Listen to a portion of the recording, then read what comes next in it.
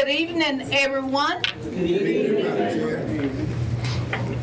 Thank you so much for coming and sharing in our July 13th regular board meeting. At this time, I will declare this meeting to come to order. If you would stand with me as we recite our Pledge of Allegiance.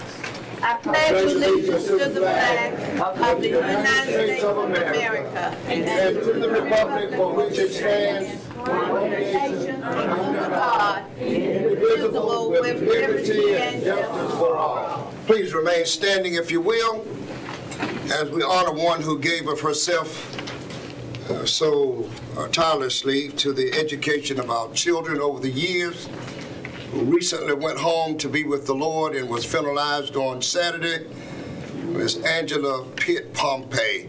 Please bow in a moment of silence and reverence and honor for her life and legacy.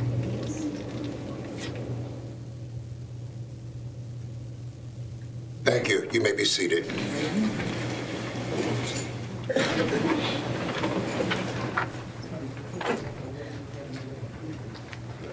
We hope that each of you will have an agenda that we are following tonight, and we will follow it as closely as possible. The next item on our agenda at this time, there were 4 board members that was in competition with our seats in March. At this time, the 4 winners will come to the front and take the oath.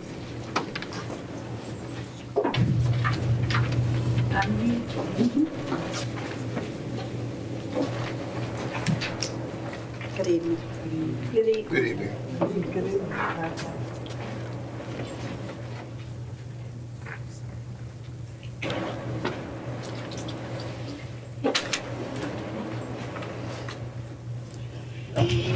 Yes. Dr. Helen Johnson. Yes. Gloria Davis. Krista Wallace Anderson.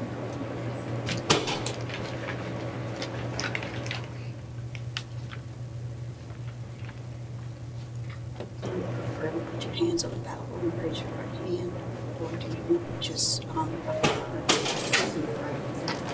I have one ballot. Tell me when you want to do it. Okay.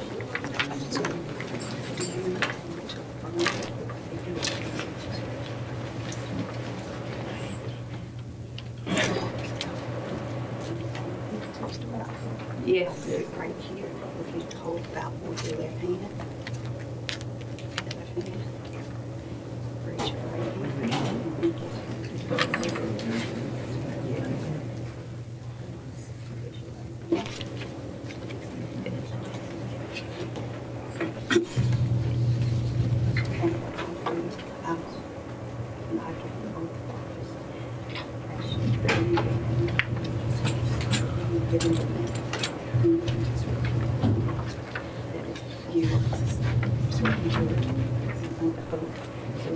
swear to you, okay? Affirm that you swear because you got your left hand to the Bible and you're raising your right hand. What you do is just repeat after me and not if you are friends with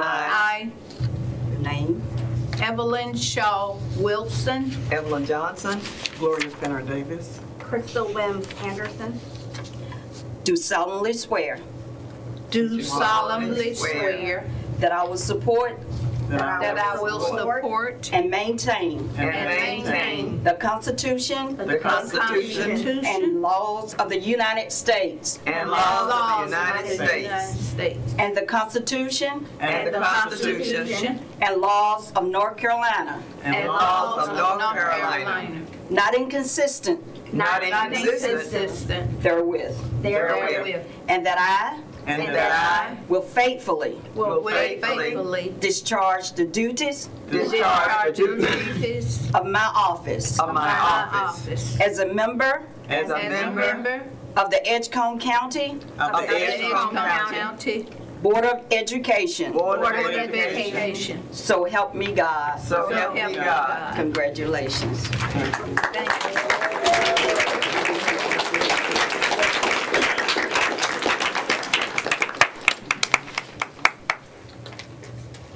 Sign right there. I want to carry it back. Thank you. Here's some right there. I'll put it back here for you. Thank you. It's going to be a sign right here. Your pen. Do you all have an extra pen? There we go. Yes. Thank There you. you go. Thank you so much. Congratulations. Thank you. Thank you so much. Congratulations. Thank you.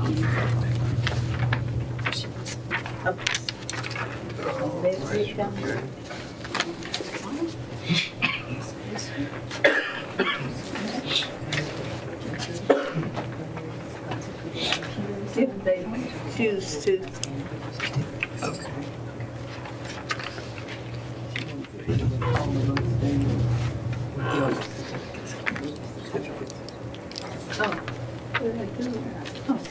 Certificate back? Right, we'll need them back if she Sure. wants us to hold. That's fine.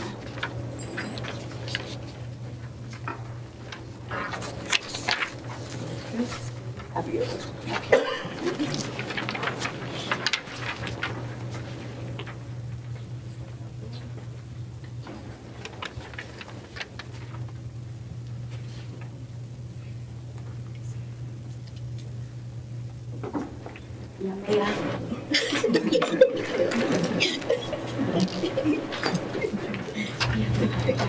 When I get in the middle? Yes. Thank you.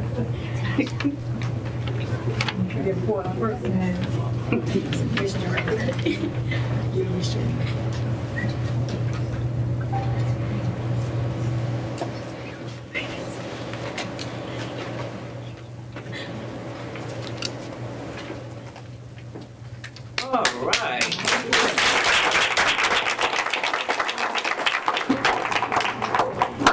Thank you. Thank you all.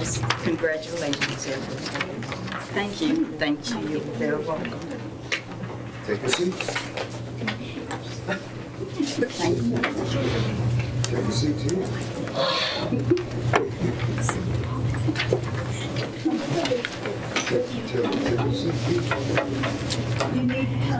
Take a seat here. Take a seat here.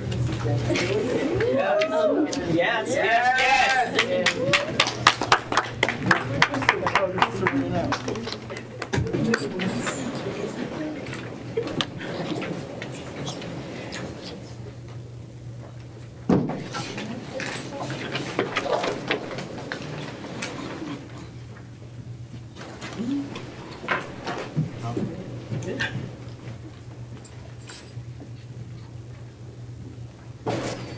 At this time, we will take a few minutes, maybe 15-minute break. Before we come back to the agenda at 6:30. Congratulations, Crystal. Congratulations. Yes,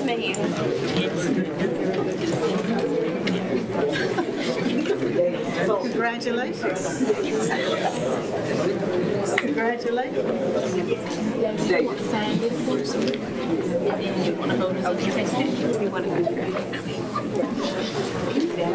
Congratulations.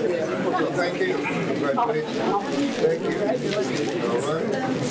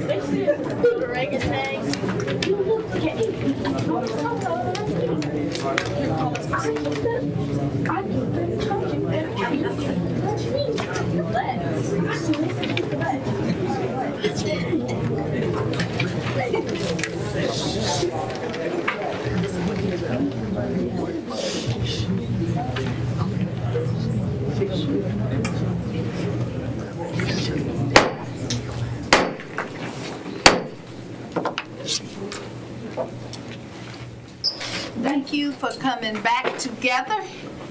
And we are at the third item on our agenda for this evening. It is the portion where we elect our board officers for 26-27. We serve in whatever position we are in for 1 year. And then every year we do this activity. Okay, Dr. Bryant, you will lead us in Thank you, Madam Chair. our election of office. Dr. Wilson said each year the board reorganizes to elect chair and vice chair. And the way we do that as with the board is we will hand out ballots, which eventually when we have everyone get an opportunity to nominate anyone for board chair that they would like, and then board members take a vote. And we count the votes here in front of the audience and public, and then we will determine, we'll keep voting until we determine the board chair, and we'll do the same process for vice chair. So, at this time, I will take nominations for board chair. Dr. Bryant, I nominate Raymond. Reverend Raymond Privet. Could you all use the mics, please? We couldn't hear you guys. Would you like to repeat that? Yes, I nominate Reverend Raymond Privet. Reverend Raymond Privet. Other nominations?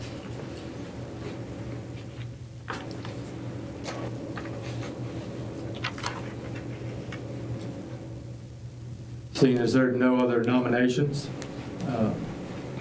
could you hand out ballots, please? Dr. Bryan, if I may, just while Ms. Austin is doing that, just a reminder for everyone, per board policy 2200, balloting is until a clear majority of those present is received. Your policy provides for written ballots, but each ballot must be signed by each board member. The votes are recorded in the minutes, and the ballots are made available for public inspection following the meeting. I believe Dr. Bryan will count the ballots and announce them, and I will assist him in doing that. Please mark your ballots and sign them. And pass them to me, please.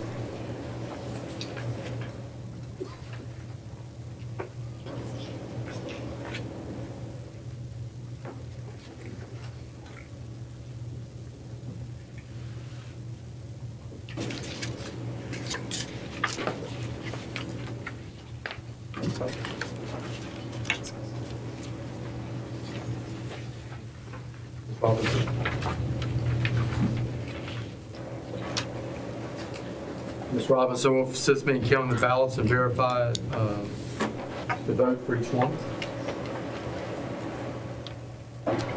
One for Reverend Raymond Privet.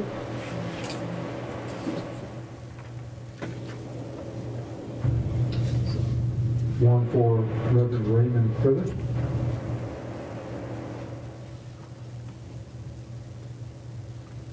One for Dr. Evelyn Wilson.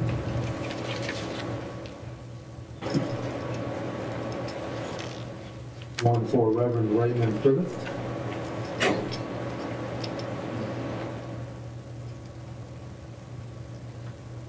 One for Reverend Raymond Privet.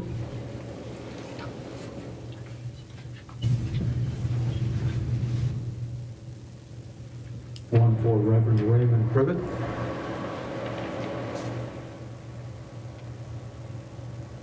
One for Reverend Raymond Privet. By vote of 6-1, New chair, Tustin County Public Schools Board of Education, Reverend Raymond Privet.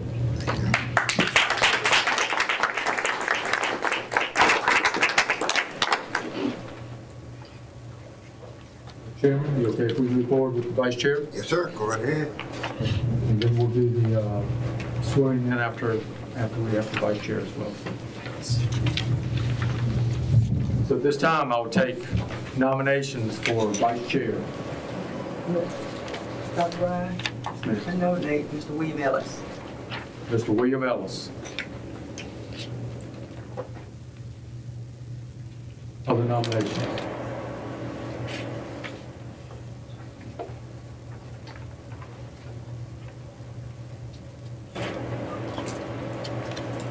We'll repeat the same process for our ballots. Distribute them to the board members. Be signed and vote, and then count.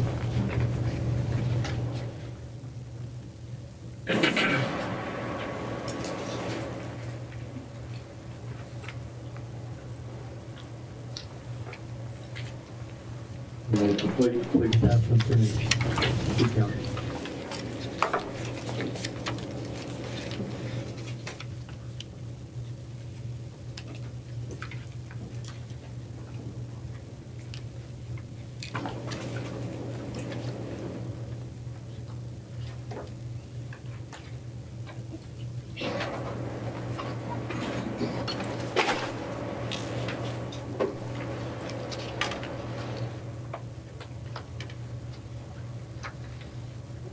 One vote for Mr. William Ellis.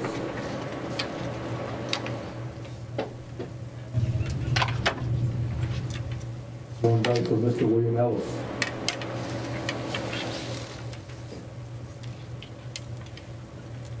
One vote for Mr. William Ellis.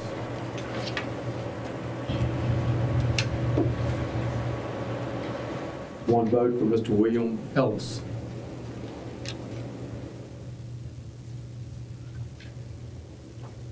One vote for Mr. William Ellis.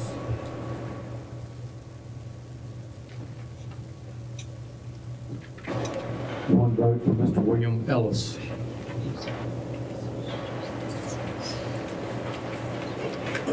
One vote for Mr. William Ellis. 7-0 vote.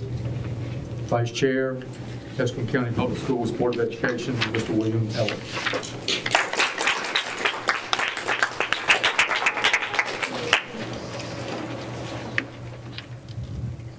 This time, I believe it's customary for the board chair and vice chair to take the oath. Okay, if we do that separately. Yes, sir. However you like. Do you swear on the Bible? Do you swear on the Bible? If you'll hold the Bible with your left hand and raise your right hand. And if you would repeat after me. And when I say I, if you would just give me your name and then we'll just repeat. I Raymond Privet, do solemnly swear do solemnly swear that I will support that I will support and maintain and maintain the Constitution the Constitution and the laws and the laws of the United States of the United States and the Constitution and the Constitution and laws and laws of North Carolina, of North Carolina, not inconsistent not therewith, inconsistent with there, and that I will and that I will faithfully faithfully discharge the duties discharge the duties of my office of my office as a member as a member and board chair and board chair of Edgecombe County of Edgecombe County Board of Board of Education. Education. So help me So God. help me God. Congratulations. Thank you. I may have you sign.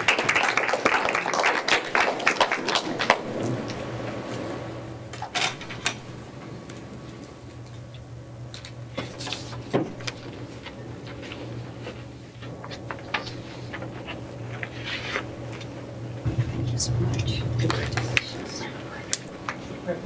Let's leave that.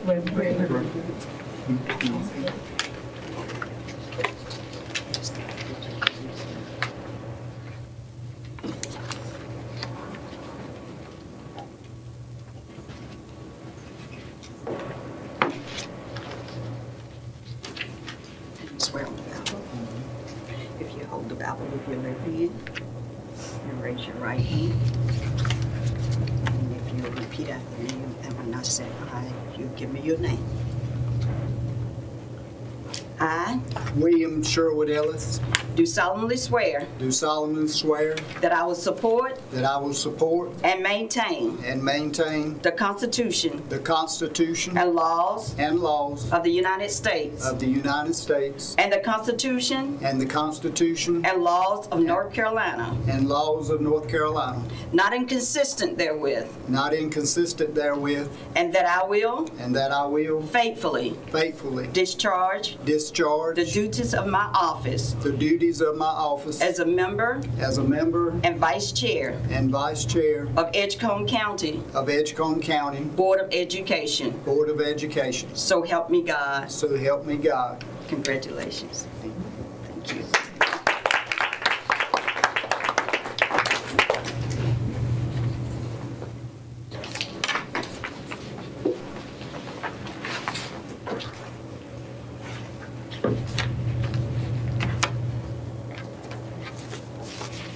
Bring back memories on it.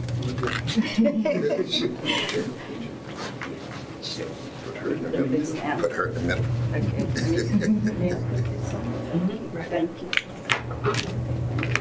Thank you. Thank you.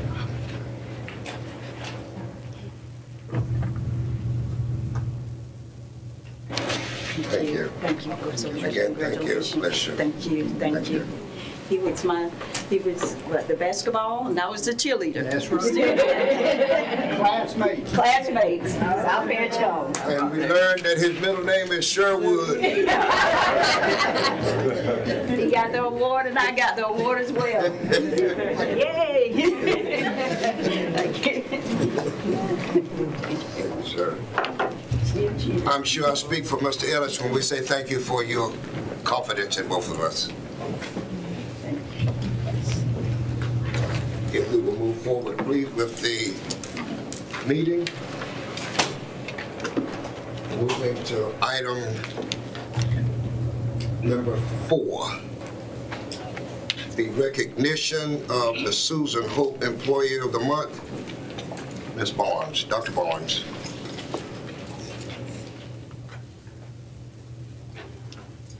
Good evening, Board Chair, Vice Chair, Board Member, Superintendent, Dr. Barnes.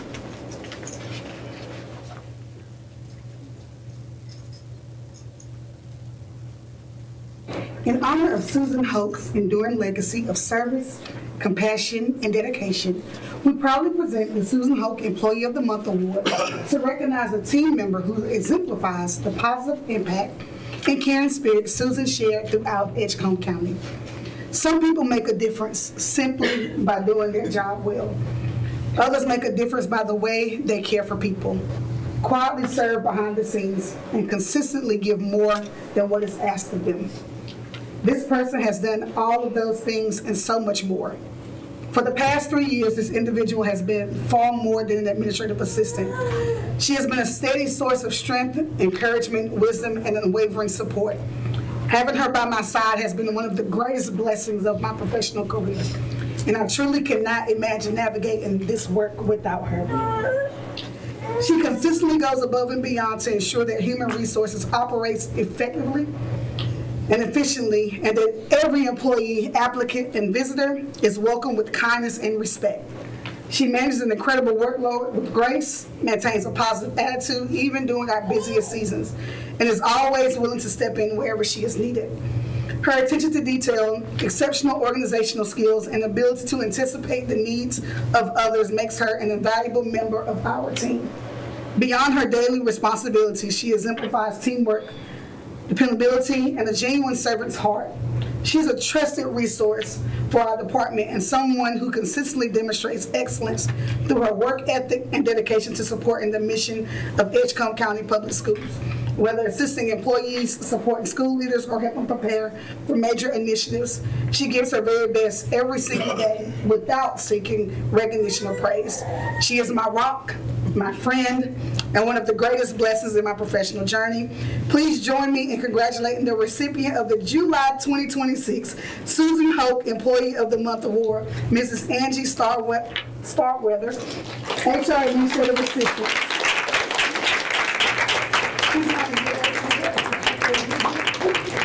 I would also like to extend my sincere appreciation to local State Farm insurance agents, Greg Sessom, for partnering with ECPS to provide our Employee of the Month recipients with a token of appreciation. Mrs. Angie.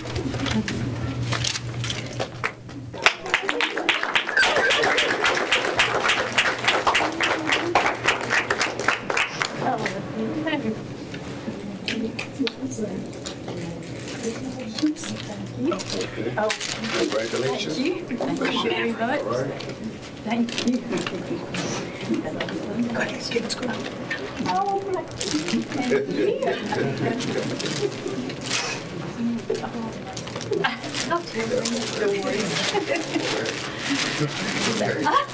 Y'all can come right around us. Around us.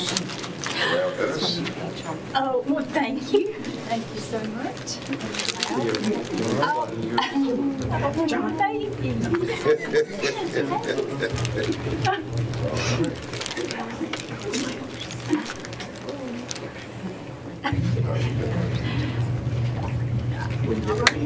Just everybody hang on.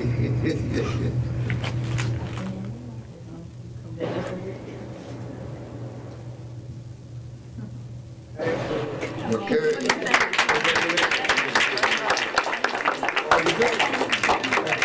Thank you all for being here. Thank you. We Thank you, thank you. Thank you, sir. Absolutely, thank you. Okay. You got it? Okay, thank you.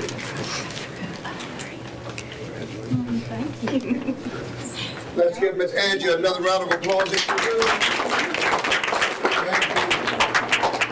Thank you for your work, all that you do for us at Edgecombe County.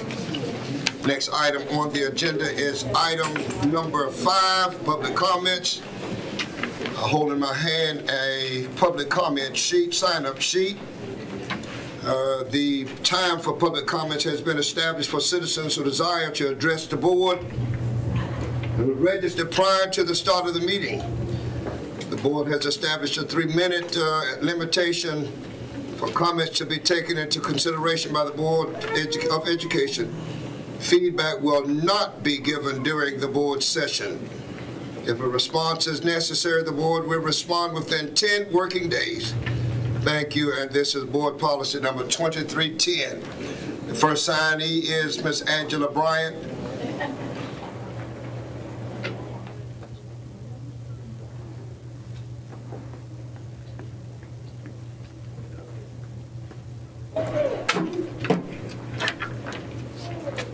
Good evening, everyone. Good afternoon. Chair Privet and the new members and the re-elected members and those members continuing to serve. Good evening to you, and congrats, Chair Wilson, on your recent honor that you received. Thank you very much. My name is Angela Bryant, 717 West End Street, Rocky Mount, North Carolina, and as you all know, I'm co-convener of the Edgecombe United Coalition with Sue Perry Cole, who is out of town this evening due to a death in her family. One of our goals is to empower effective community participation in school governance and to advocate for transparency in governance processes in order to hold ourselves accountable for the power to create good outcomes and a good future for our communities. So we want to thank the board and Superintendent Bryan and his staff for making board agenda and materials available to the public for this meeting in a time frame, a good time frame that allowed time to review and understand what will be happening at the meeting. We want to mention to you that the sign up for the email notifications is now on your community page. Since redistricting is no longer happening, people won't be going to that page. So we want to ask for a link for the email sign up for meeting notifications to be put on the board page as well, since we are no longer redistricting. On behalf of Edgecombe United and in solidarity with the Edgecombe Association of Educators, we want to ask for continued transparency in the governance, operations, and processes. Just a few small things, and you heard my voice in the back. That it's hard to notice some things when you're sitting on the dais. So please make sure you use the microphones so we can hear you in the audience and online. And many people have hearing challenges. So it's a good use of the microphone is very important.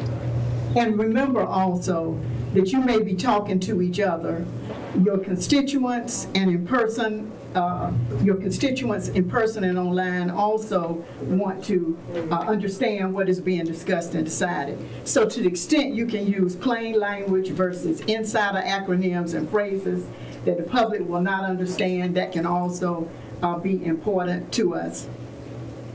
And you have new members now, so hopefully new members don't feel embarrassed. Ask for an explanation. We will be happy to hear the same explanation. So you'll be doing the public a favor.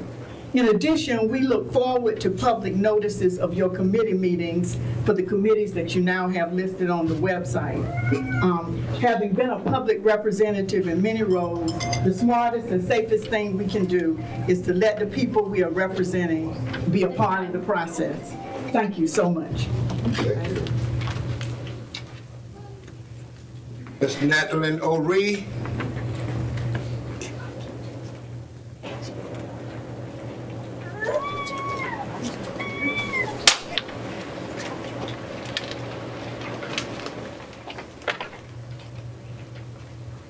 Good evening.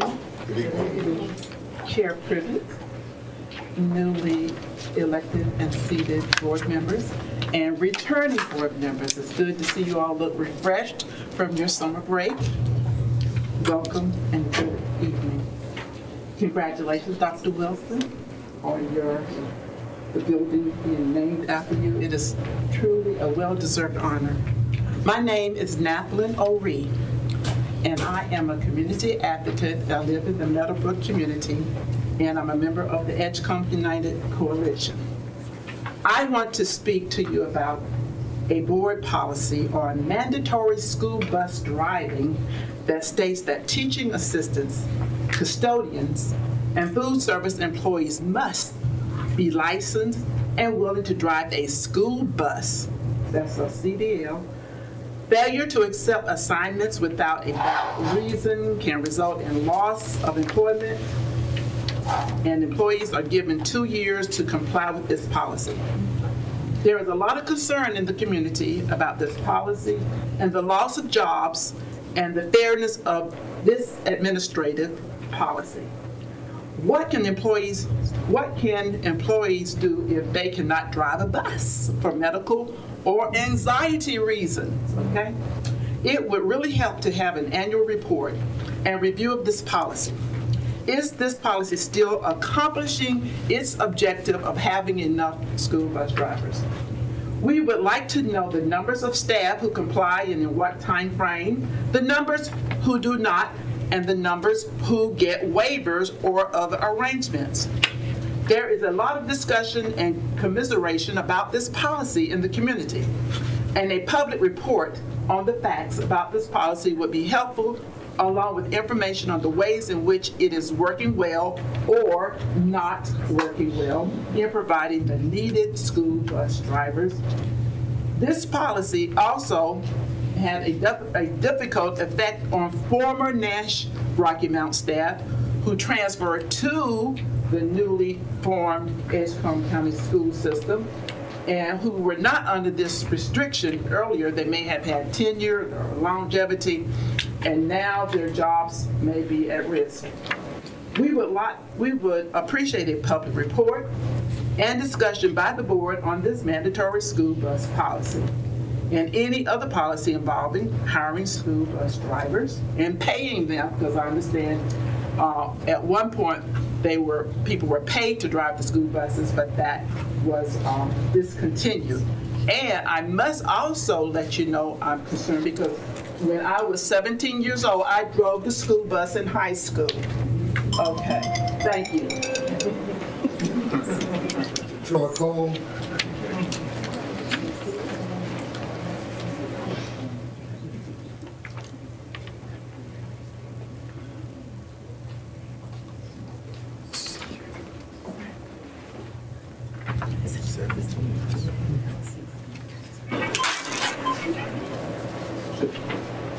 Good evening,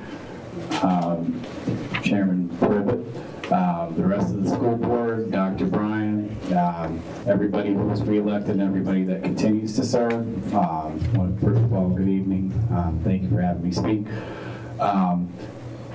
But my name is Mr. Cole. I'm at WA Patillo, and speaking of the bus driver situation, my own teacher assistant has expressed anxiety because she's not able to pass the bus test.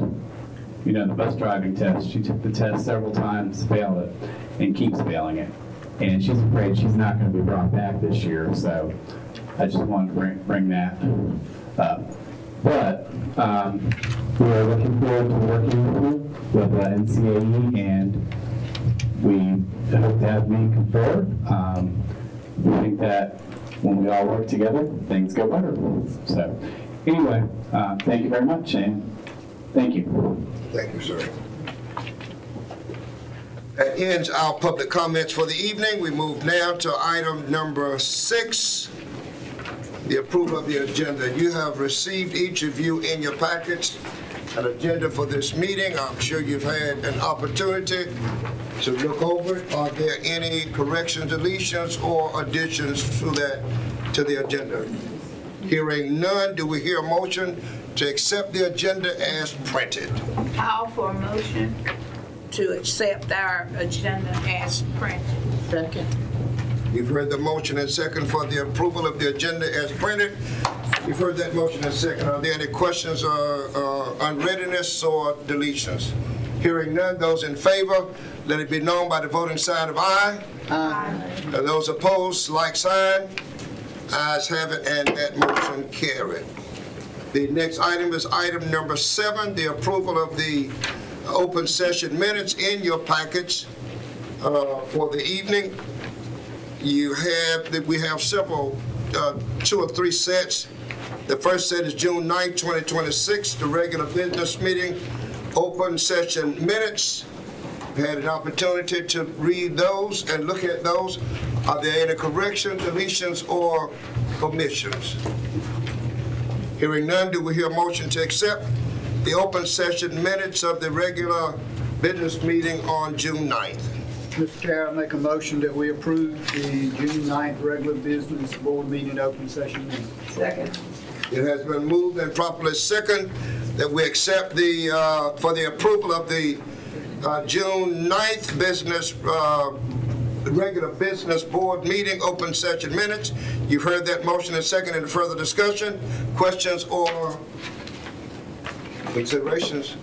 Hearing none, those in favor, let it be known by using the voting sign aye. Aye. Those opposed, like sign. Ayes have it, and that motion carried. The next section of minutes, June 30th, 2026, regular business board meeting open session minutes. You've had an opportunity to look at those, hopefully. Are there any corrections, deletions, or omissions in those minutes? Hearing none, do we hear a motion to accept them as printed? Mr. Chairman, I offer a motion to accept the June 30th, 2026 regular business board meeting open session minutes. Would you adjust your microphones to your mouths, please? Second. You've heard the motion and second for the approval of the June 30th, 2026 regular business board meeting open session minutes. You've heard that motion and second. Are there any questions? Question. Yes, ma'am. How far in advance are we getting these minutes? As far as They come in the board packet. I guess you just got yours today. Yes. Let me give you, and let me give you all an opportunity to look at them. All right? I looked at All right, let me hold it. it. Just one. Madam, Mr. Chairman. Yes, sir. Typically, they come in the board package. Right. But because of some circumstances we have to deal with, making sure the minutes were completed, took a little bit extra time this time, but you will have them in your package. Thank you. Do the two new board members need some time for this? No, I don't.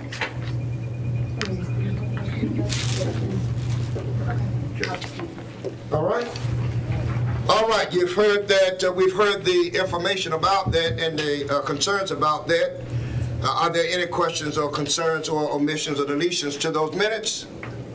Hearing none, those in favor, let it be known by the voting sign aye. Aye. Opposers, like sign. Ayes have it, and that motion carried as well. Thank you. And you will get them in your packet from now on so that you'll have an opportunity to look at them. Next item. Item number 8, items for information, school updates. Dr. Bryan.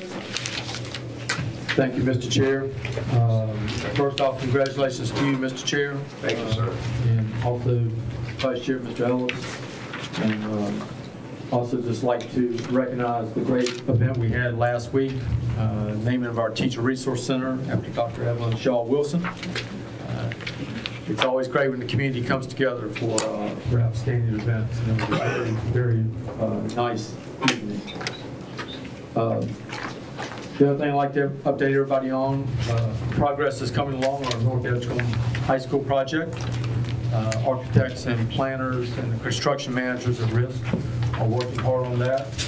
I'd say we're in the 80% range, 85% range done with designing and moving forward with that.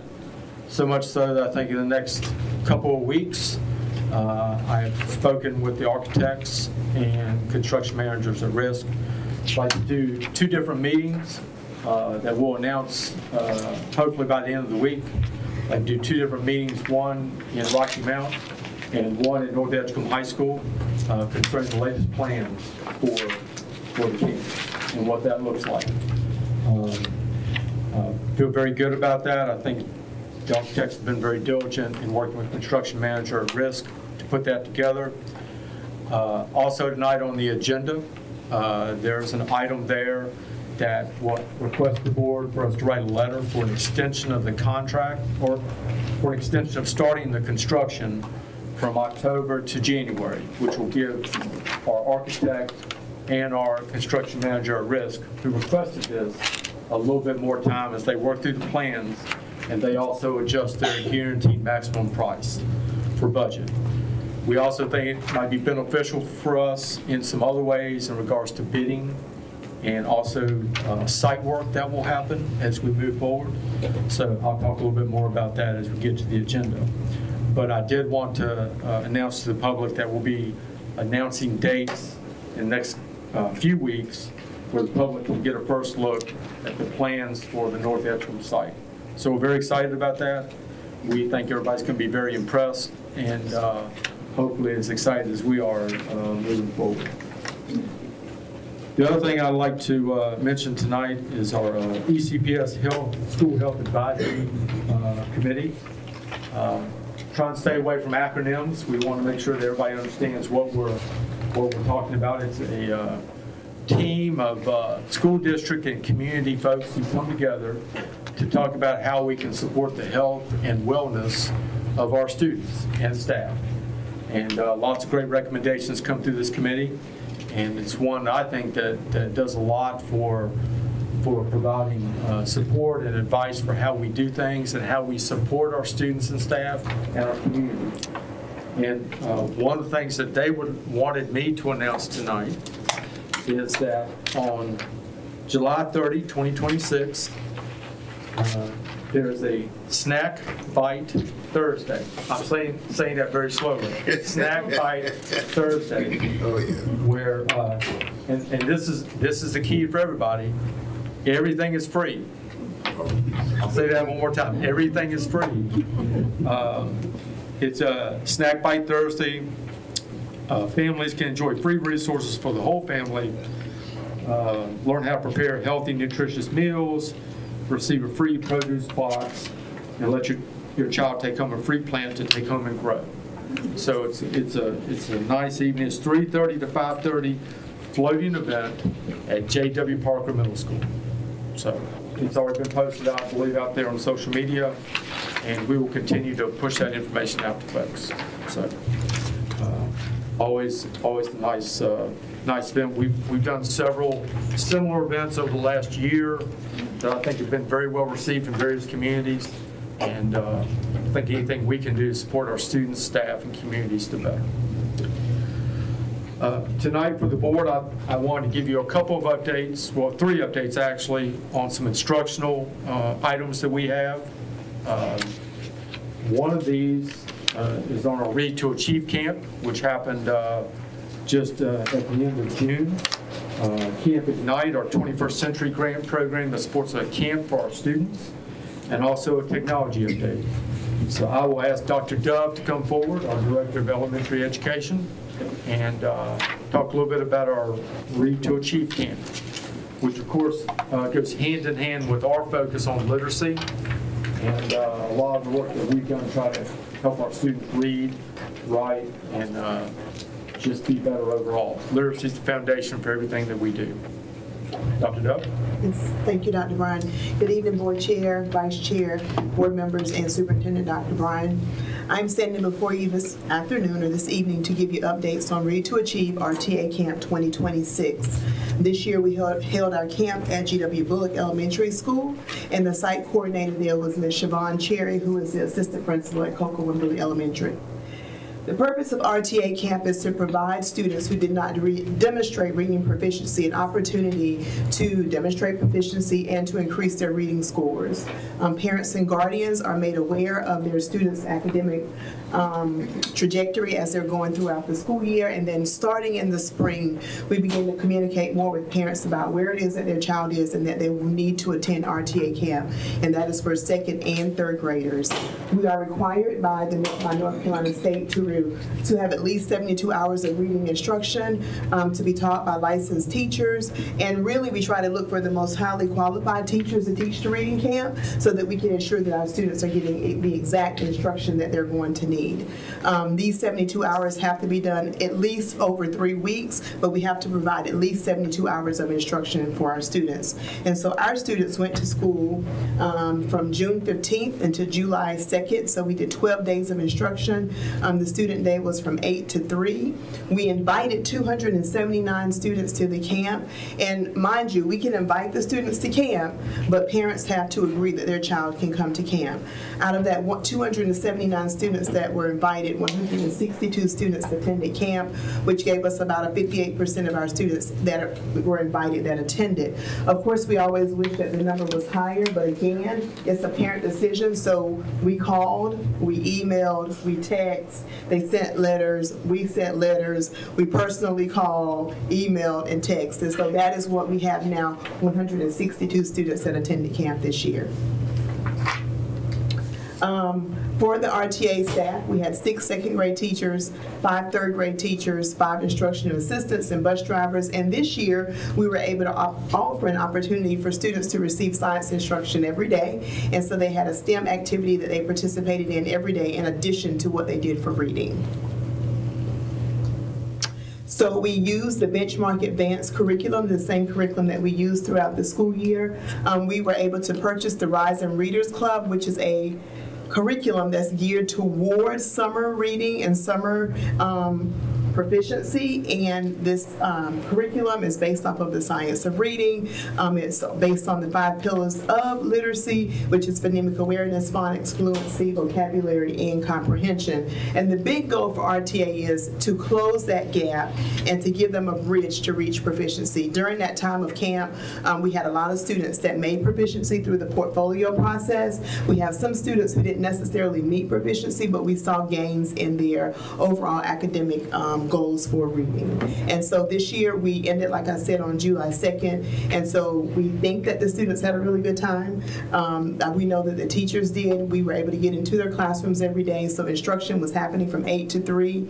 During the time that students were there, all of them were able to get backpacks with books in them. They got backpacks at the beginning of summer, with the challenge was to read all of these books, and then at the end of the camp, you would get another backpack full of books, and so we were able to give 2 backpacks full of books at the end of camp. So I feel like camp was successful. Of course, the biggest measure for success for me would have been if we would have had 100% of the students that were invited attend. We had 58%. We'll continue to, encourage parents as we go throughout this upcoming school year that if your child is not on grade level and this opportunity is offered, to please send them to camp.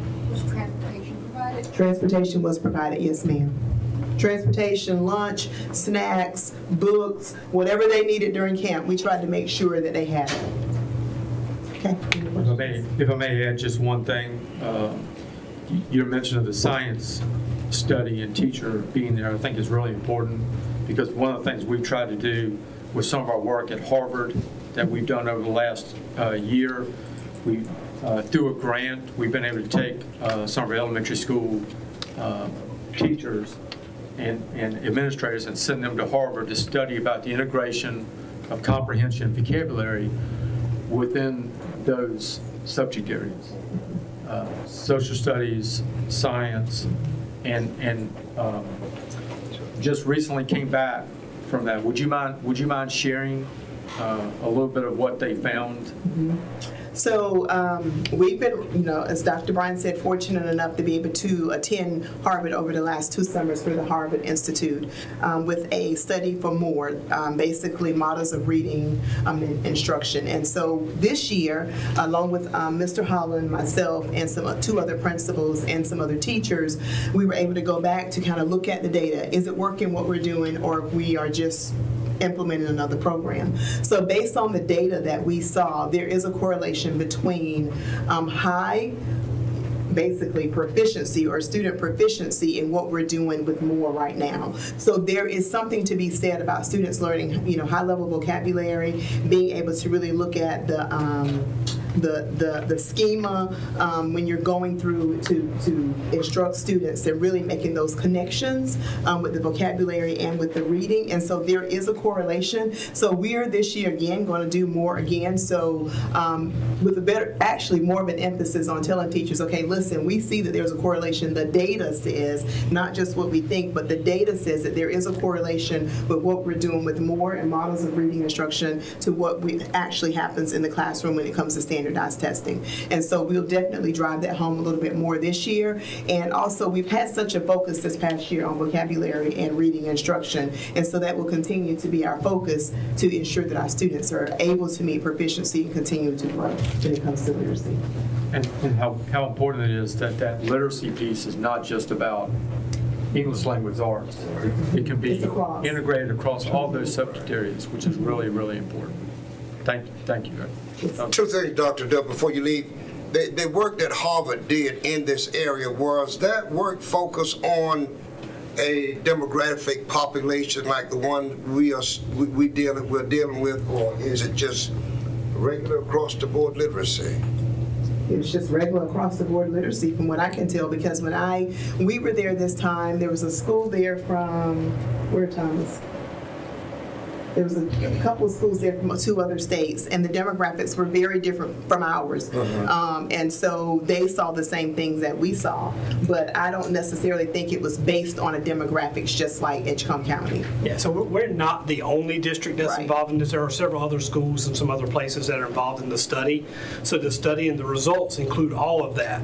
Some of these schools and districts have been in this a little bit longer than we have, right? So there's more evidence on their side because they've been doing it more years to show that this is impactful. Last year was our first year of the study, but yes, it was across all of our schools. So in terms of, and they're not looking at anything particular in terms of a singular demographic.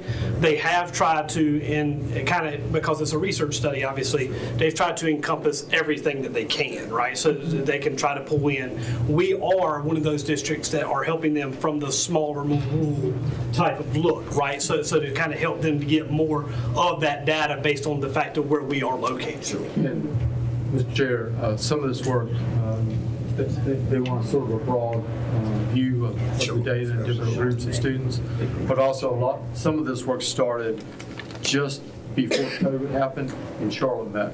And that's where they actually got some of their first data back, and there was they were able to show a definite connection between higher scores that actually carried out across COVID and testing that were connected to what they were using research-based to teach teachers in the classroom. And even on the very small scale from 1 year for us, even though it's very preliminary, there's more evidence that what happened and occurred last year for our students was much more positive than it would be to show that it had any type of negative impact. So again, when you get in these studies, there's obviously more years, more data, the better to get, but it's very positive from what we've seen from the first year. Thank you.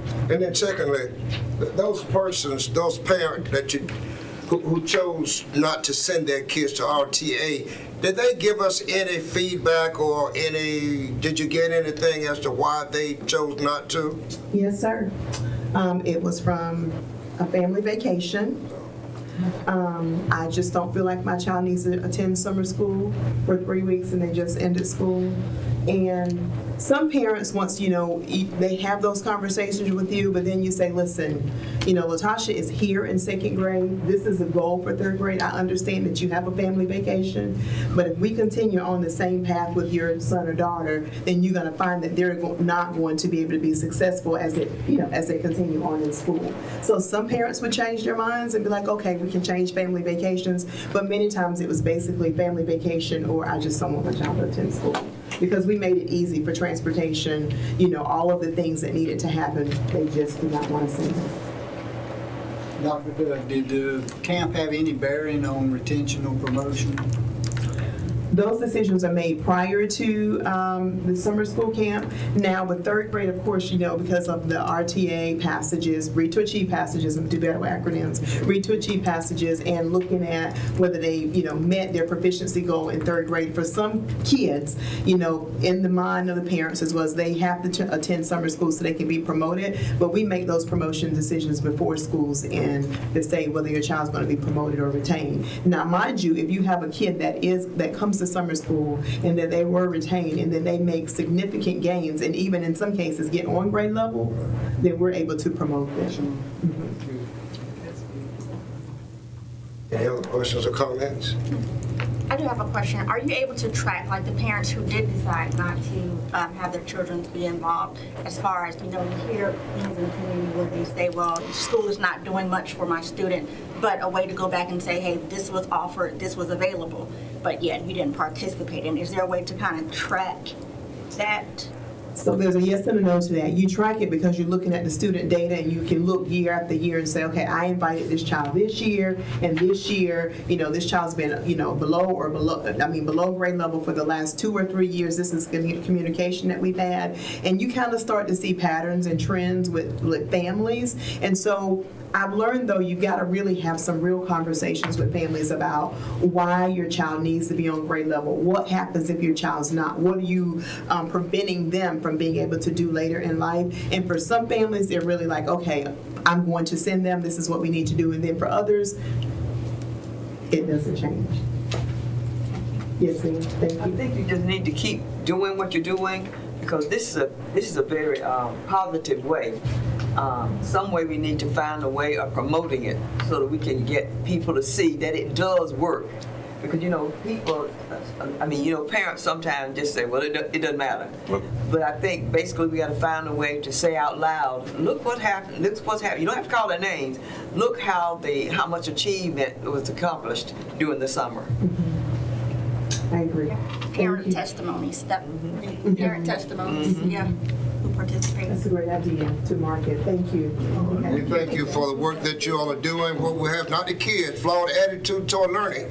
We got another problem that we need to work on. And that's with the parents, so we need to work. Keep working, keep working. Thank you. Thank you.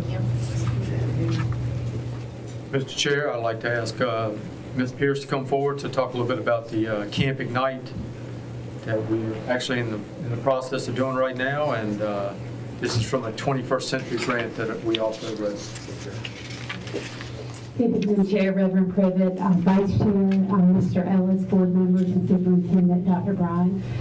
So I'm here tonight to give you a few updates regarding Camp Ignite, which, like Dr. Bryan mentioned, is our 21st Century Communities Learning Center grant. Sometimes that's abbreviated as CCLC. This is a federal grant that is a competitive federal grant, actually, that we applied for last year. We had, I think they said about 70 good, or this can actually be school districts as well as nonprofits. It's for out-of-school programming. Some people do after-school programming. This past year, they offered a summers-only grant. And so we applied for the summer-only grant last year, about 70 applicants, and we were one of 12 that received that competitive grant, which was really exciting for our district. We had about a month to write the grant and about a month and a half to actually implement the camp after we found out that we were awarded the grant. So year one, summer 2025, we hit the ground running. We did offer a camp. We set it up for kiddos, learned a lot of lessons, and then spent planning this year to open this year. The third bullet there for awarded, it should be summer 2027. So again, this is a federal grant. Money was allocated in the previous federal budget for this year. So next year's funding will be contingent on our federal government's passage of federal grant. Hoping that we'll get it, but we've got to wait until they pass federal budget at the federal level. But we are guaranteed for 3 summers as long as the funding comes in. And then hopefully there'll be an opportunity to reapply for another 3-year cycle. This grant allows us up to $250,000 per year to be able to pay for programming for the summer. And we also supplement with additional funds because most all of that $250 goes to staff the program. And so we do use some Title I funding to provide transportation for our kiddos, and then work with child nutrition and some of their fund sources to provide meals for our students, and obviously work with our transportation in some other areas as well. So just a quick recap from last year. Last year we served pre-K students, and we can only serve pre-K students who are entering kindergarten. So we cannot serve 3-year-old pre-K students, only 4-year-olds that are entering kindergarten, up to 5th grade students. So that was rising 6th grade last year. We had a total of 152 students served. That does not mean that the 152 attended every day. That is at some point on the roster, 152 students were touched. A total of 176 program hours in kindergarten through 5th grade and 161 hours for pre-K students. We had the opportunity to provide some field trips. We did some parent information sessions, and then with the support of North Carolina Department of Public Instruction, we were able to do a book harvest event, which I'll explain. These 2 pictures are a couple little student products. They did project-based learning. So there's one group that did a session on electricity. The little zebras down there is from their art class that they did. They were learning about animals and biomes, and so their art teacher integrated the learning, and they did the zebra picture and art. And then to the right was a STEM field trip that we did to the skating ring in Rocky Mount. They did about an hour of STEM, hands-on STEM in skating, learned all about STEM and science in the skating ring and how you move and friction, and they talked about how fast they needed to go on the carpet versus the wood and what that means for them as a skater. And then they learned how to skate. They actually had skate lessons, so we had some kiddos that skated for the first time ever. So that was last year. So this year thus far, as Dr. Bryan said, today was day 5 of programming. So we served pre-K through 4th grade students this year. We received a total of 370 applications, and on top of that, we had about 10 to 15 waitlist students students. To date, we have about 185. I say about because that was our max number, which was today, but we had about 10 new kids today that came, but then a couple kids that didn't come today. So I don't have that exact touch point, but today was about 185 students compared to our 152 last year. Just so that you know, with recruitment, there is, we do the enrollment, but then there is a parent orientation, and there's required forms that they have to submit before they can actually be on campus for safety reasons. We did an in-person parent orientation. We also did a virtual parent orientation, and we set up multiple places across the district where parents could go complete the work, including at the Family Resource Center in Rocky Mount. We had a time, so we have families in Rocky Mount that couldn't travel to Princeville or Stocks, that they could go complete their enrollment paperwork there. So we are serving at Stocks Elementary. That's where our pre-K program is. We have 3 pre-K classrooms there. And then Princeville Elementary is hosting our kindergarten through 4th grade students. We offer breakfast, lunch, and snack every day, free of charge. We actually pay for the snack with the grant, but we work with our child nutrition department to provide breakfast and lunch. Every day is hands-on, engaging daily literacy, math, and science instruction. Literacy, like Dr. Dove shared at Read to Achieve, is a build off of our curriculum. During the year, we use their 10th unit that usually we don't get to during the year, and it's all science-based unit. And so we choose that so we can build the STEM, and science lessons are built around that.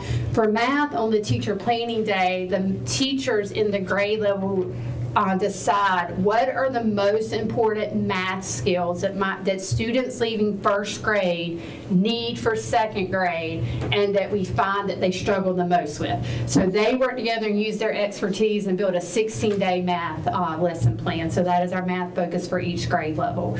Every day, kids get to participate in 2 different enhancements. So they get STEM, art, music, and PE twice a week, but they get 2 a day. And they are loving every bit of that. They get recess daily. We also build social emotional learning activities with a morning opening circle and a daily closing circle.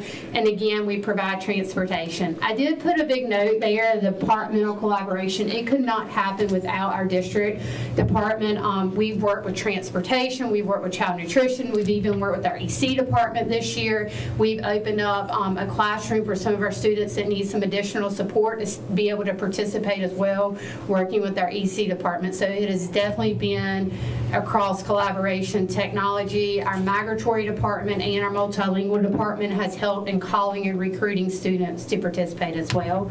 And then also the beauty of this has been with teachers and their interest.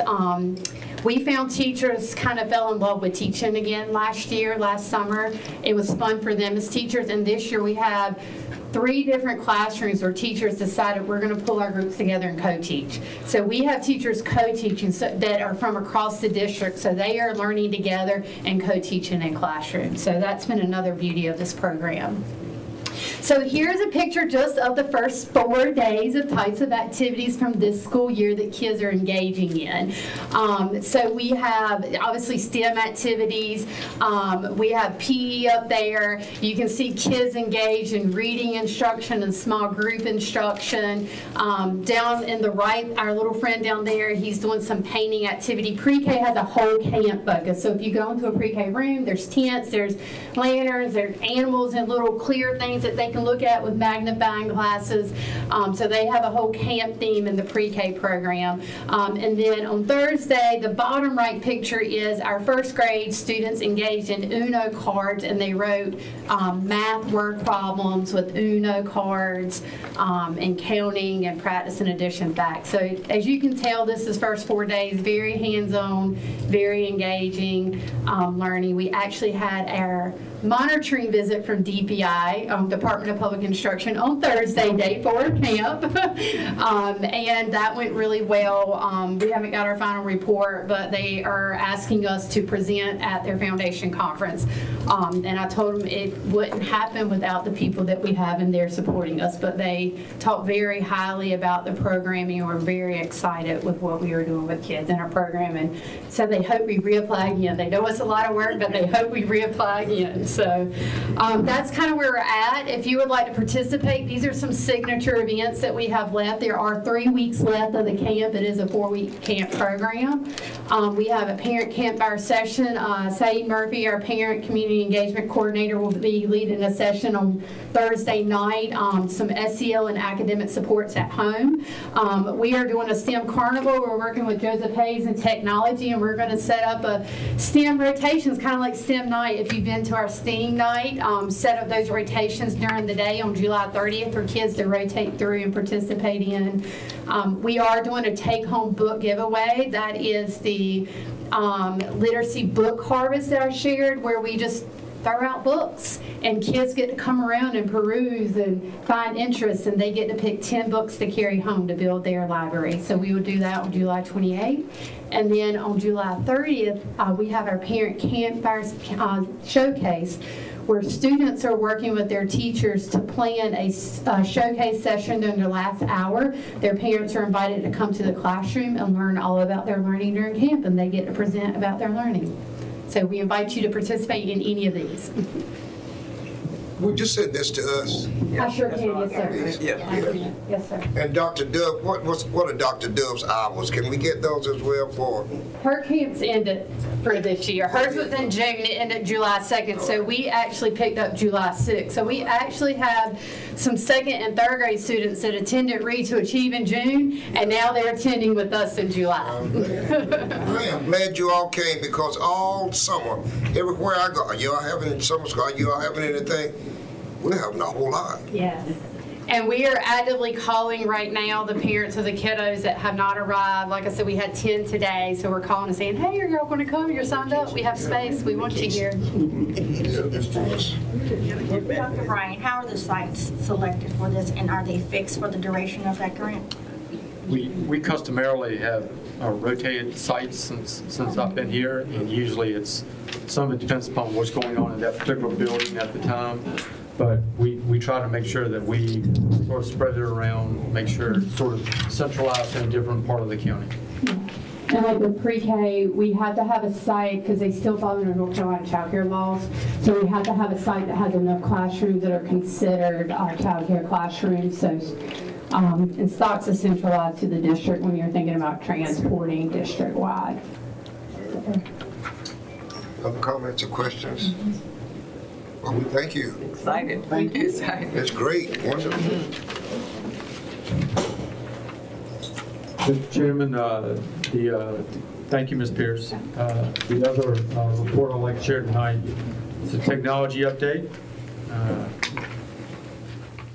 Mr. Hayes is no stranger to summer camps himself.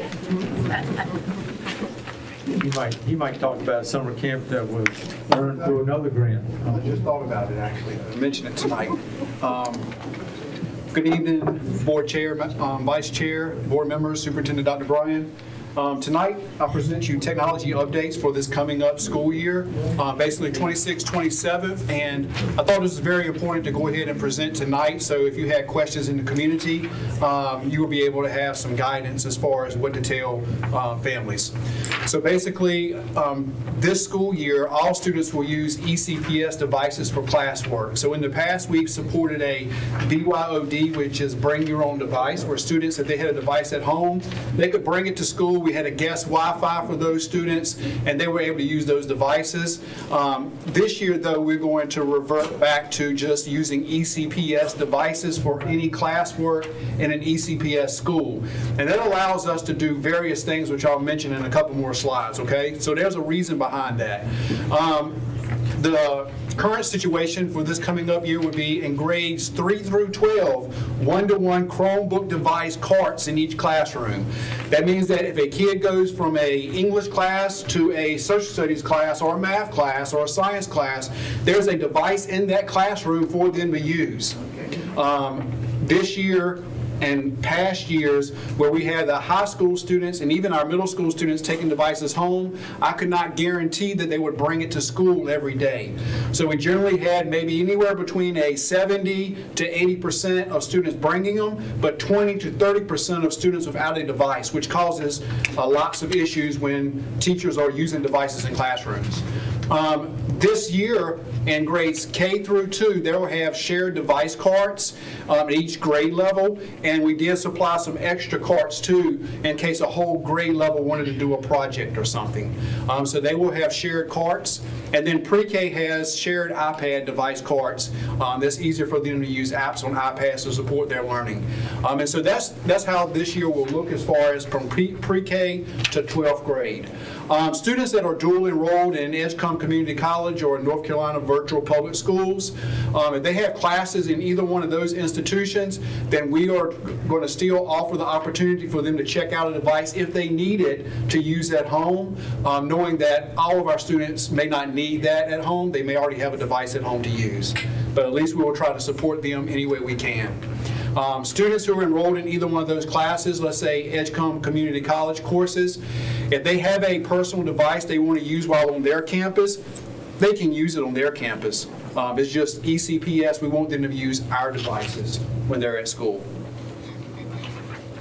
I want to move forward to communication. So we are taking an active part in trying to get all schools to communicate with parents and parents to schools. So we have various means to do that. Edlio is our website that we use, but it also allows us to post from the website post, the news post, to social media posts too, such as our Facebook account. So we can post once there and it goes to both spots. We also have Class Dojo for kindergarten through 12th grade. It offers a one-way communication at the school level and a two-way communication for families and students. So you may have seen Class Dojo if you have a student in kindergarten through maybe even 8th grade. This year we're pushing really hard for our 9th through 12th grade classrooms, teachers, and schools to use that to communicate with families each and every day.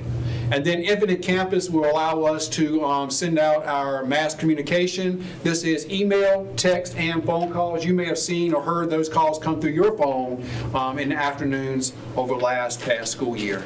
So that's how we're communicating with families. I want to bring your attention to two legislation that have passed that we are already supporting, and the first one is House Bill 959, and there's three things that this House bill covered. Implementation was starting in January. I just want to refresh everyone if you to know that we are doing these things and we will continue doing these things to make sure we're meeting state law. And so the three things it covers is internet safety policies. That's a requirement, and that's part of E-rate too. There's also now a new social media and mental health instruction requirement that has to be done. So we have to teach kids about social media in grades kindergarten through 12th. We're already doing it. And then we have wireless device regulation. This is our cell phone policy. We've already implemented a school board cell phone policy, and schools have these policies already in place. So we have learning.com, which is our K-8 digital literacy and online safety platform that we have all K through 8 students using. They have modules which we require that all K through 8 students complete. They get a certificate when they finish. We also have K through 12 internet safety lessons that all students complete on the first 10 days of school. And then we have our First Things First Fridays, where we have a live session going out each month to all our middle schools and high schools. We do two every month on the same day, but 2 a month. But we cover our social, emotional, and digital well-being. We have guest speakers come in. We put it on like a live TV studio. And that happens every month, and it's happened for the last 2 years, I believe.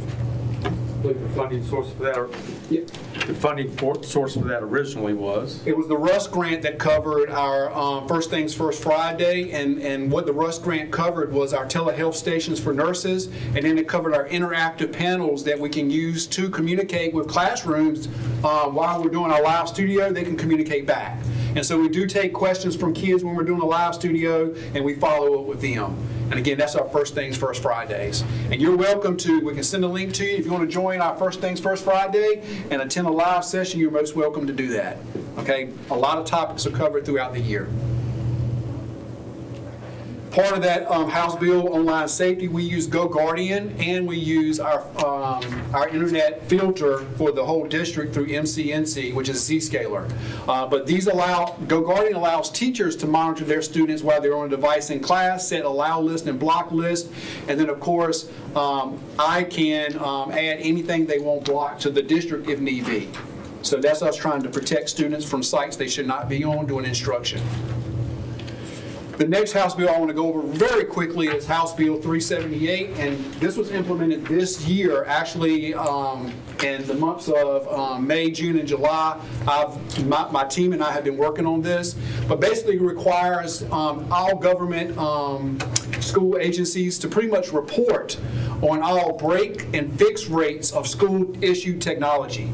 And as part of our DLMI, which is our digital library and media report we have to do, and it covers everything from every device in the district that's used, who uses it, at what school, how much did it cost, how much did the warranties cost, and then of course, every device that's broken, did we repair it, could it not be repaired, if so, what did it cost us, all that's included in this report.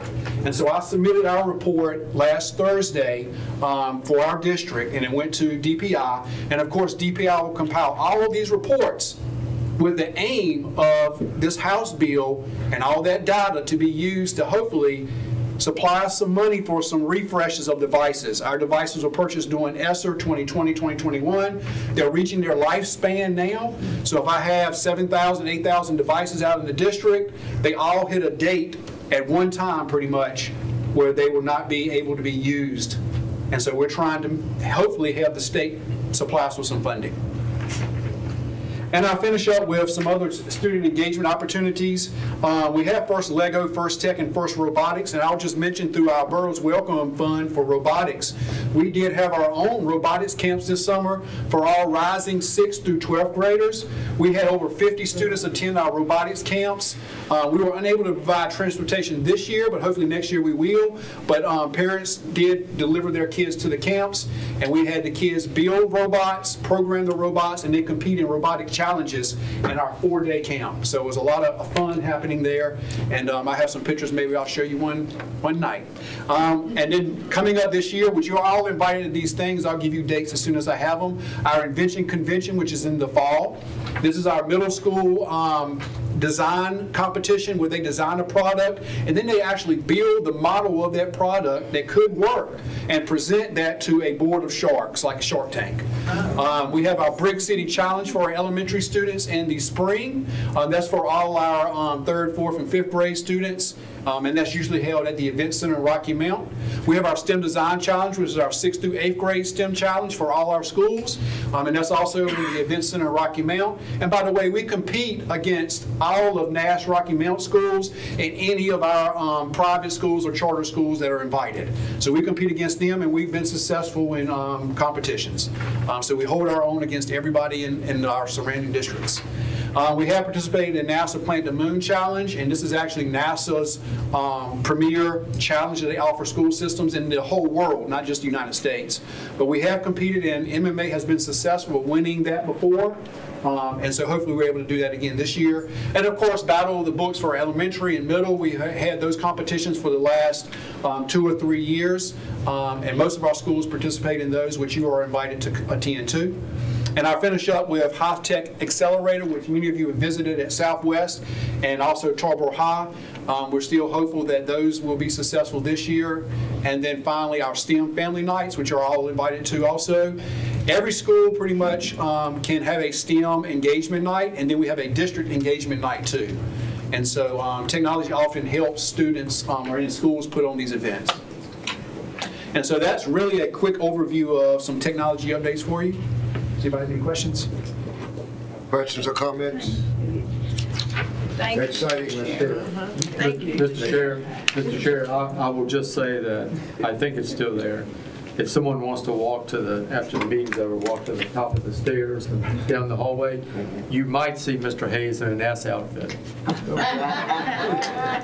How are we getting our,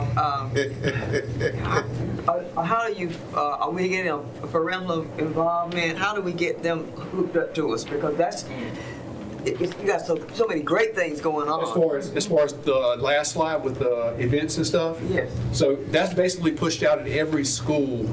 The Invention Convention will be pushed out, and that's basically pushed out through CTE and technology. And that's presented to the schools in September. So the schools will get it, and it's pushed out via the school. Of course, we can make announcements on our social media sites and through our communication tools too. Generally, any student can compete, but we have to take a smaller team to the competition.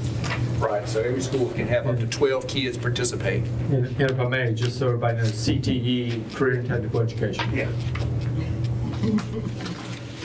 All right, thank you, Mr. Hayes. You're welcome. Exciting work. Yes. Mr. Chair, last but certainly not least, our maintenance director, Mr. Perkins, comes forward with his report. Thank you, Mr. Hayes.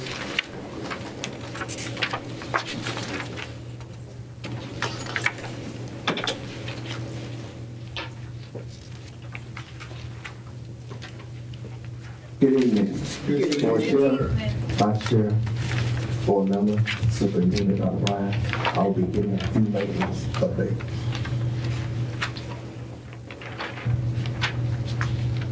This is MMA library, old floor tiles that were popping up all over the place. We replaced them. This is West Edgecombe cafeteria. The sewer repair. If you look to the right there, in that right picture, you see that pipe that we took up. You see it better.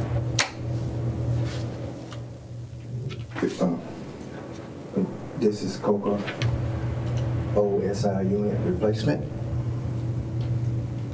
This is the new unit that we put in.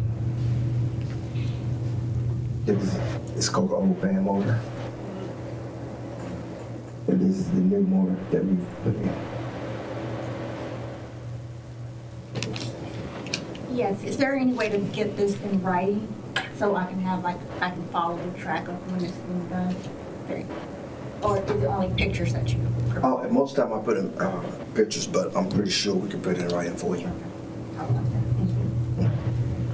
So we can get you what the repairs are and different things. We actually presented that during the budget work session with commissioners, and it's only willing to provide that to you all as well. All right, thank you, Mr. Perkins. And say thanks to the crew for us, if you will. I will. Thank you, sir. Thank you. All right, item 9, no committee reports. Item 10, consent items none. Item 11B, items for action. 11.1B, Dr. Bryan.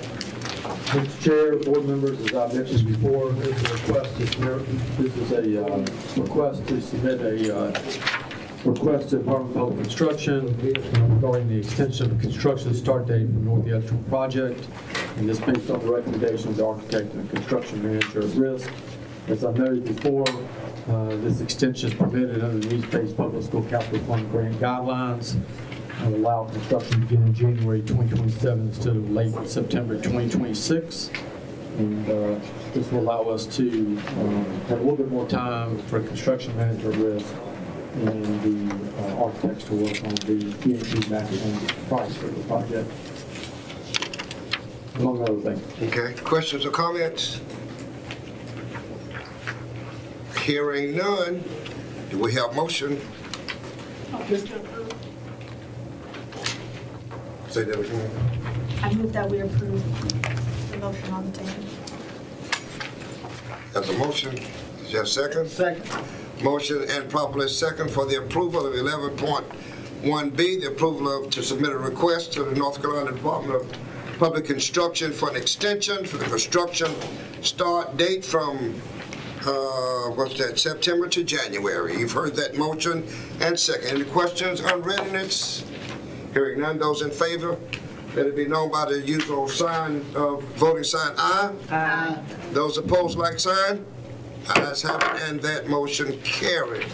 Item 11.2B, Dr. Bryan. Mr. Chair, this is the proposed business meeting and conference dates for the 26-27 school year. And I would like to recommend this pending any board recommendations for changes. Other than the new board members, you're just seeing it for the first time. Are there any, and let me give you a couple of minutes to look over there. Anybody? Okay. You have, all right. Having seen it, and are there any questions or comments on readiness? Hearing none, those in, let us have a motion. Mr. Chair, I make a motion to approve the board meeting schedule for 2026-2027. Second. Mr. Ellis? You've heard that motion as second. Are there any questions or unreadiness? Hearing none, those in favor, let it be known by the voting sign aye. Aye. Opposers, like sign. Ayes have it, and that motion carried. 11.3. Ms. Harrell's here, our acting finance officer. After the last meeting, she took some of the feedback that you all provided her regarding the pay schedule, and I think it's worked on some things that might be sufficient for what you all described. Sounds good. Good afternoon, board chair, vice chair, board members, and superintendent. I was able to take you all recommendations into consideration, and I met with our team, and I have presented you all with an updated submission calendar. With that, I am asking you all approval to change the pay date to the 25th of the month, and it took into the consideration of the Christmas holiday, and that's being early as well. Okay. Any questions or comments concerning that from Ms. Harrell? Hearing none, do we hear a motion? Mr. Chair, I offer a motion that we approve the payroll submission calendars for the 26-27 school year. Second. It has been moved and properly second for the approval of the amended payroll submission calendar for 26-27 school year. Heard that motion as second. Any further discussion or unreadiness? Hearing none, those in favor, let it be known by the usual voting sign of aye. Aye. Opposers, like sign. Ayes have it, and that motion carried. Item 11.4B. Mr. Chair, this is the item that actually took off the last board meeting regarding the calendar for the early colleges. And what we're recommending is, as presented there, calendar designate August 18 as required planning day.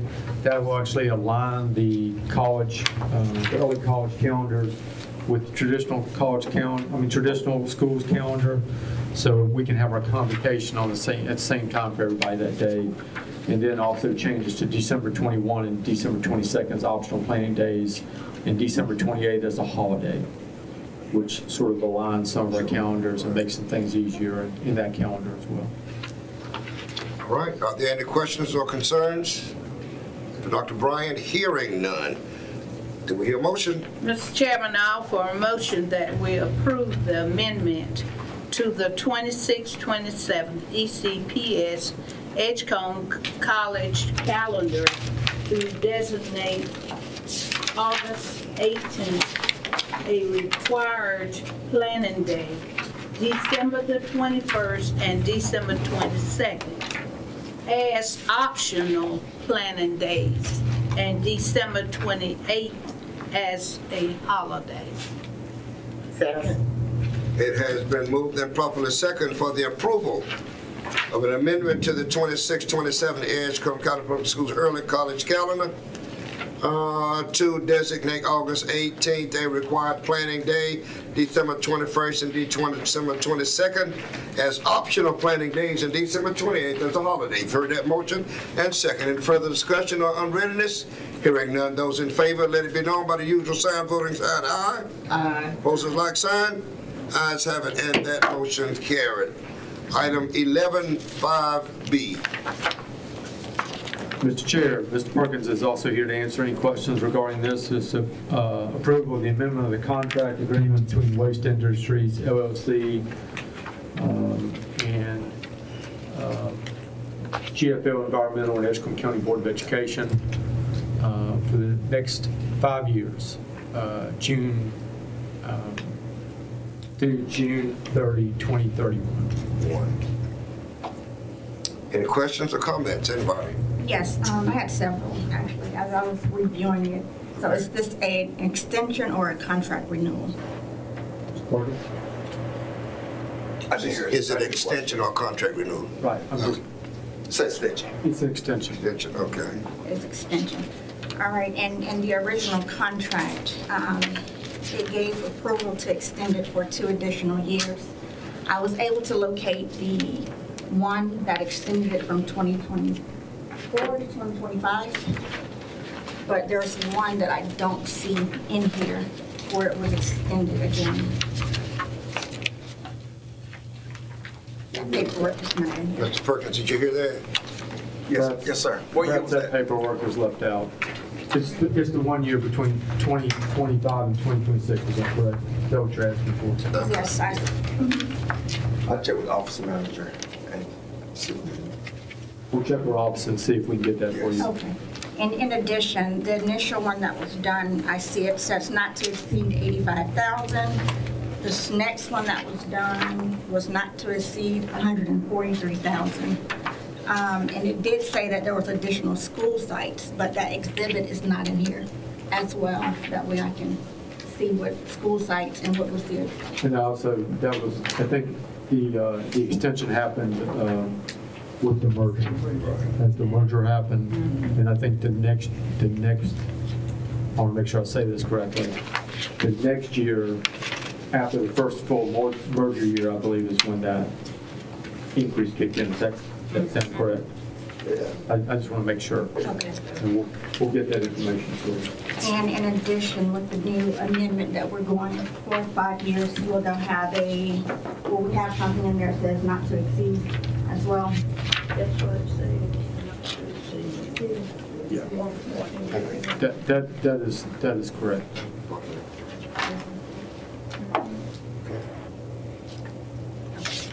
That it? Okay. Can I ask for clarity, Dr. Bryan? Because I did notice this doesn't have the not to exceed amount in it. So if everyone agreed, maybe Maybe that language being placed in there. Yes. That's fine. Absolutely. We'll get it. Okay. Other comments or questions? What would the amount be? Not to. To exceed, yeah. What was the language on yours? I believe the not to exceed amount is in the agenda, the $143,304.38. I was just recommending that we modify the amendment to reflect that not to exceed amount. So the board motion could be to approve the amendment as modified. As modified, not to exceed that Not amount. to exceed. Okay. Other comments or questions?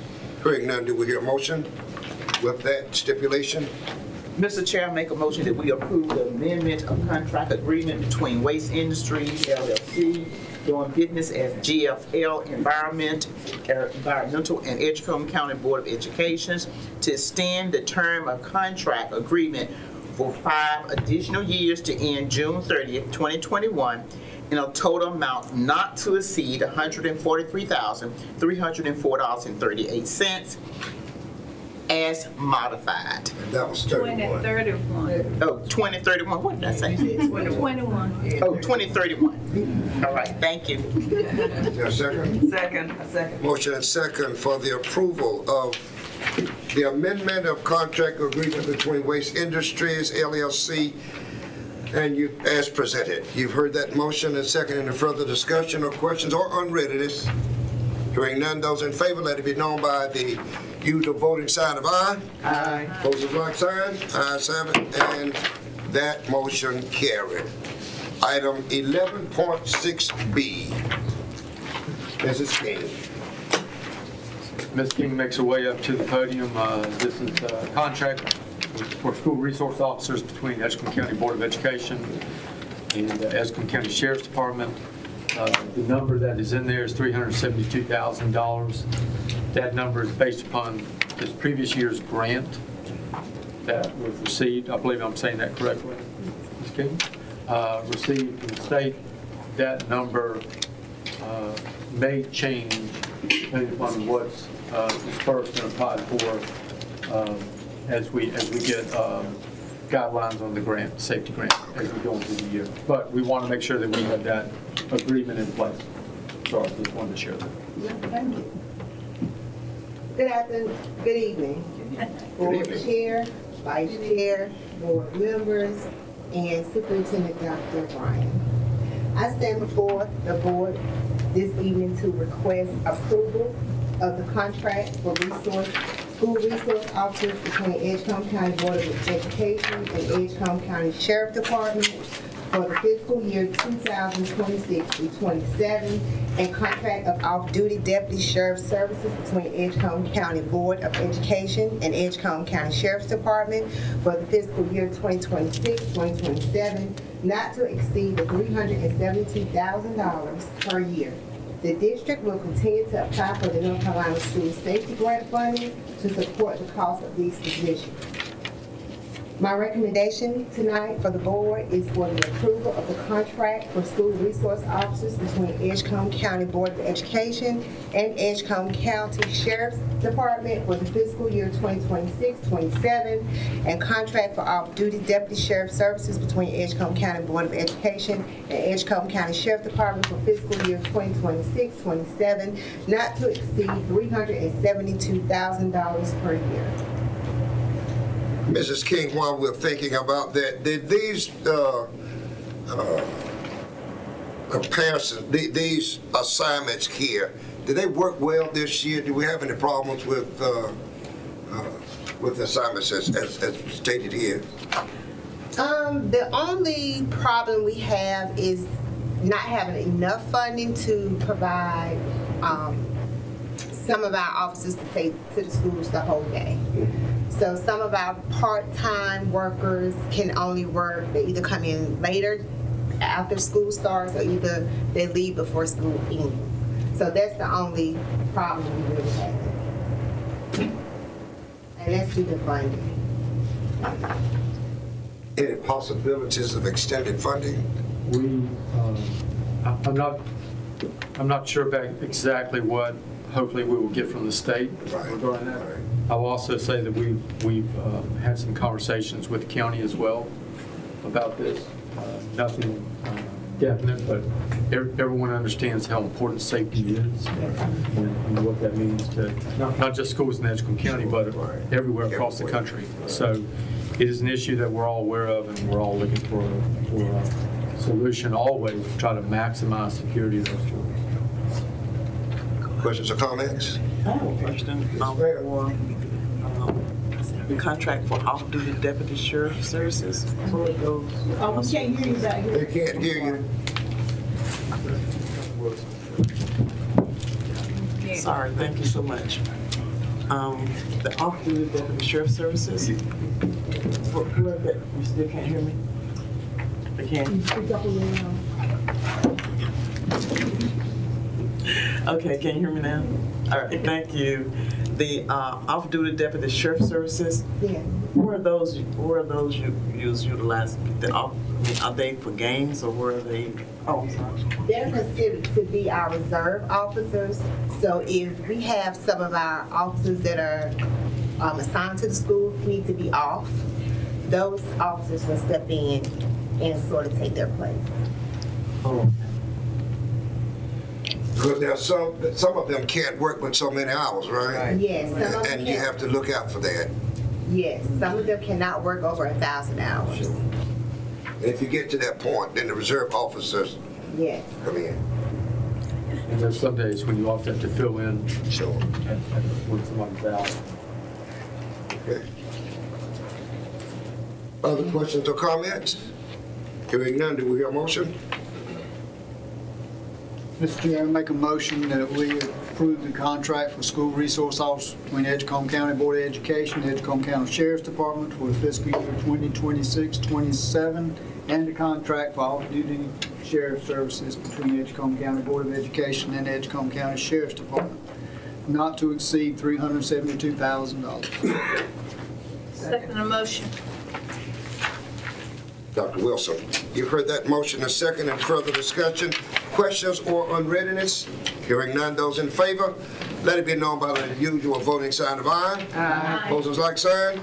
Ayes have it, and that motion carries. Thank you, Mrs. King. 11.7B, still Mrs. King.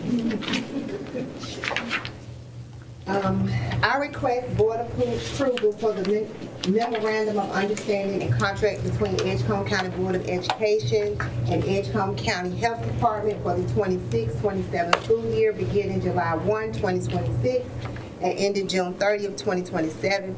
The Edgecombe County Health Department will continue to partner with school nurses to provide support and guidance on local health issues, as well as provide $250,000 SNIFI funds to support district nursing positions.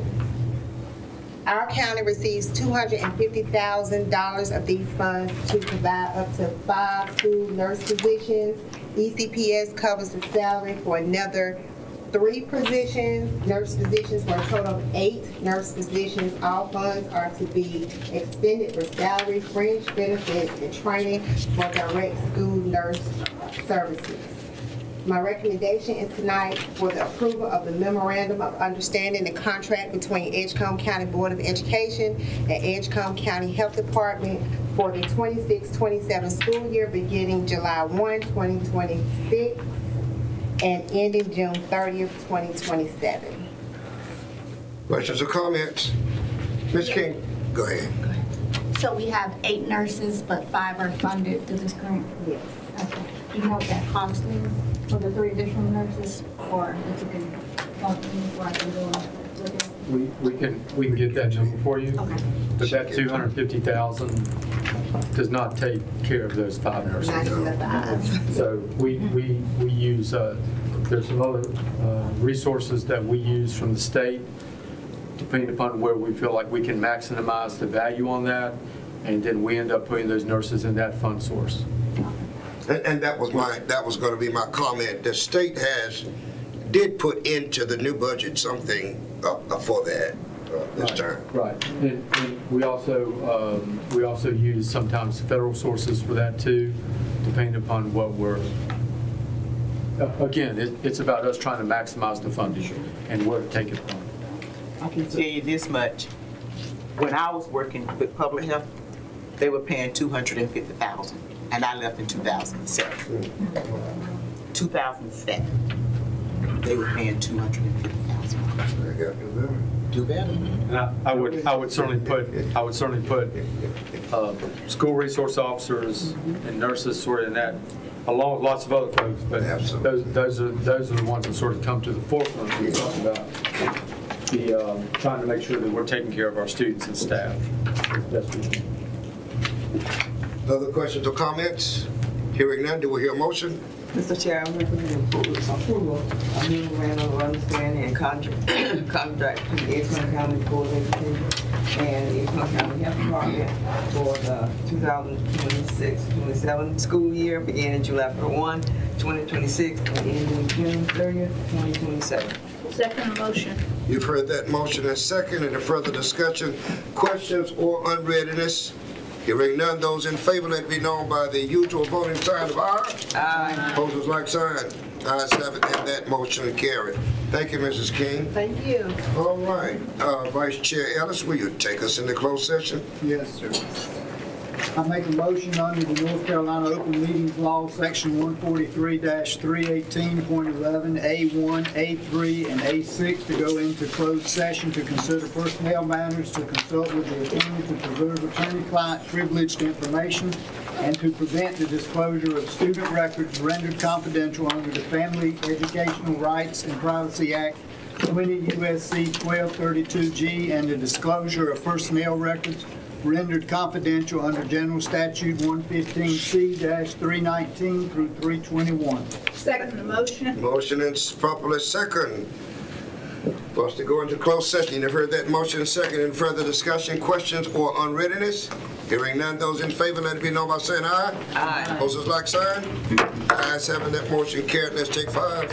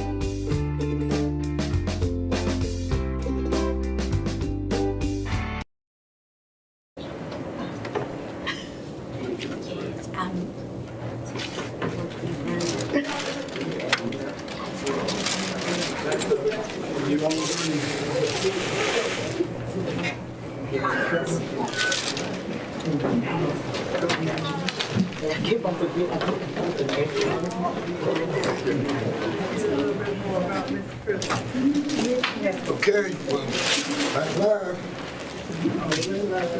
Okay, let's go back to personnel. All right. 12.1 personnel.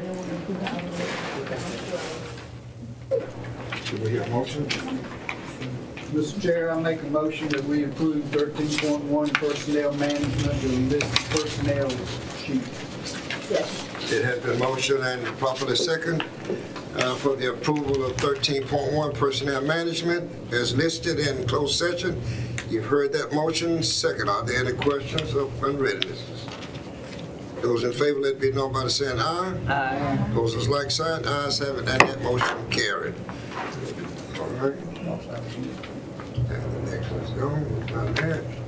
Closed session minutes. Any questions or concerns about closed session minutes of June 9th, regular session meeting? Hearing none, do we hear a motion to accept? I make a motion, Mr. Chair, that we accept our June 9th, 2026 regular business board meeting closed session. Second minutes. Motion second for the receiving and approval of the June 9th, 2026 regular business board meeting closed session minutes. You've heard that motion second. Any further questions or unreadiness? Hearing none, those in favor, let it be known by saying aye. Aye. Opposers like sign. Ayes have it, that motion carried. June 30th, regular business meeting board minutes, closed session minutes. Mr. Chair, I make a motion that we approve the June 30th regular business board meeting and closed session minutes. Second. Motion and second for the approval of the June 30th, 2026 regular business board meeting closed session minutes. You've heard that motion and second. Any further discussion or unreadiness? Hearing none, those in favor, let it be known by saying aye. Aye. Opposers like sign. Ayes have it, and that motion carried. Any board correspondence? Hearing none. And items by board members or superintendent for consideration? Hearing none. All hearts and minds are clear. Number 16, do we hear a motion for adjournment? So moved. So you all want to stay here? You can do that. Is there a second? Okay. You heard the motion and second for adjournment. Those in favor, let me know by saying aye. Aye. Opposers like sign. Opposers clean up. Thank you all. All righty.